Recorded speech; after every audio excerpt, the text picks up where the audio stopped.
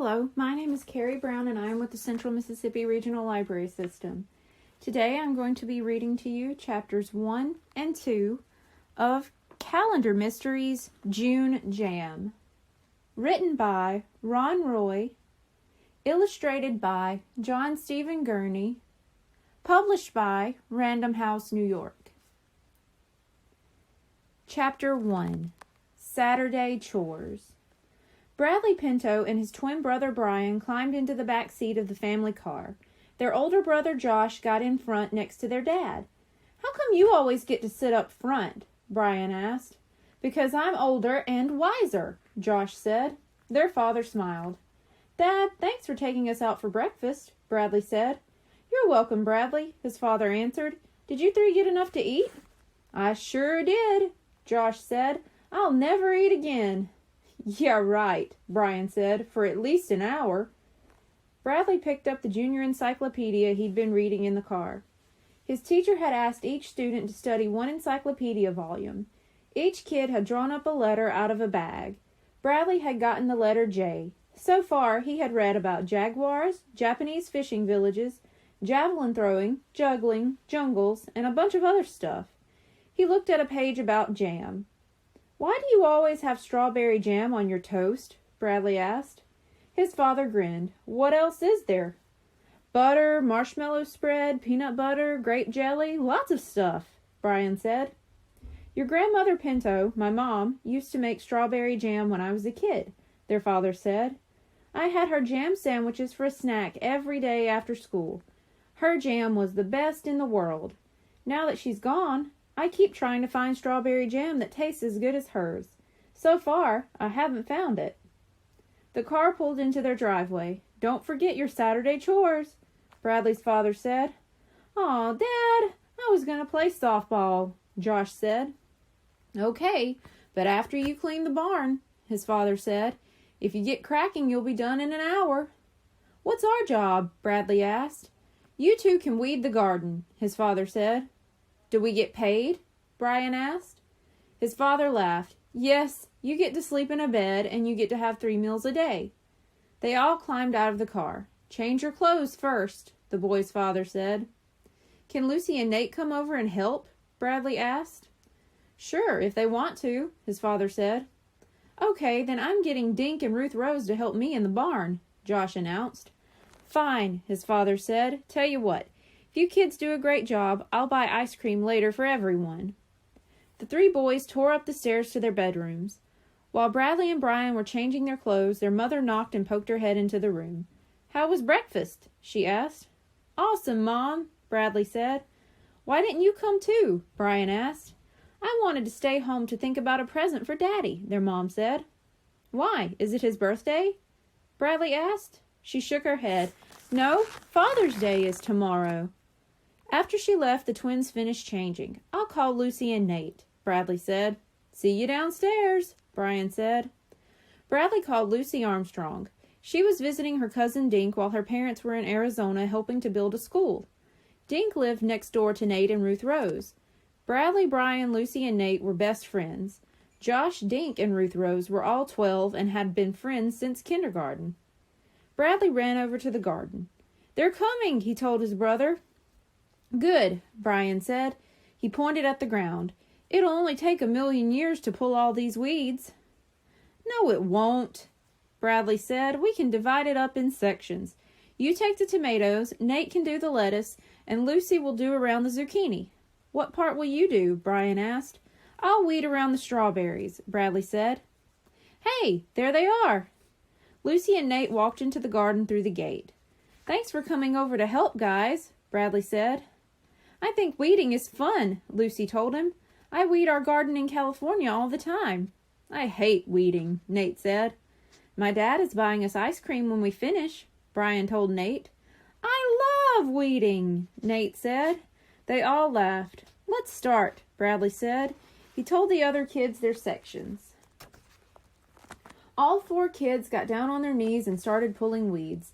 They threw them into a pile in the corner of the garden. The sun warmed their backs. "How much ice cream do we get?" Nate asked. 10 gallons each," Brian said. "Brian, I just thought of what we can get Dad for Father's Day, Bradley said.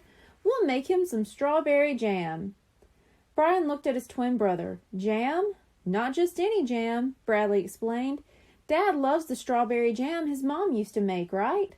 So we'll make some for him. He'll love it. Bradley pointed at the ripe strawberries in the garden. And we'll use our own berries. We don't know how to make jam, Brian said. How hard can it be? Asked Bradley. Besides, I know Dad kept his mom's recipes in a box. There might be one for jam. Forget about making jam from these strawberries, Lucy said. Something is eating them. Look at this one. It's bitten in half. This one is too, Nate said. And that one. Something is biting all the berries. The kids got down on their knees. They checked all the strawberry plants. They're all bitten, Brian said.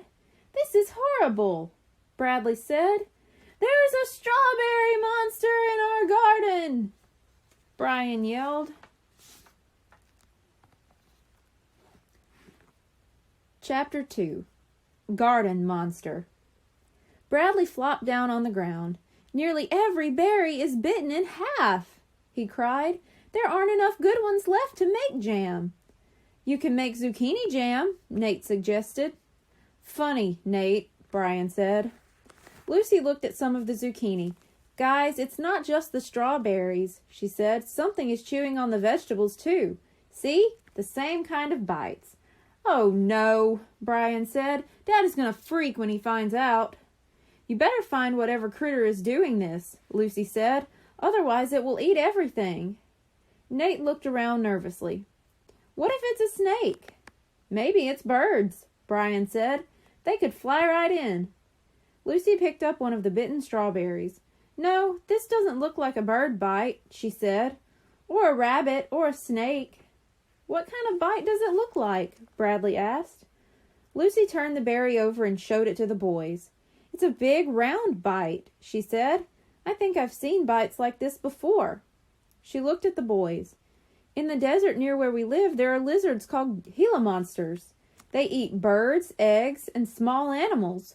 But sometimes they come into people's gardens, she said, and they're poisonous. Great, we've got a poisonous monster in our garden, Brian said. Lucy laughed. No, you don't, she said. Gila monsters only live in hot, dry places. They die in Connecticut because it gets too cold here. But we once had one in our garden, and the bite is the same. They make just one chomp with no chewing or nibbling. I'm not staying here to weed, Nate cried. I want to keep all 10 toes. What about the ice cream? Brian asked. I don't need any ice cream, Nate said.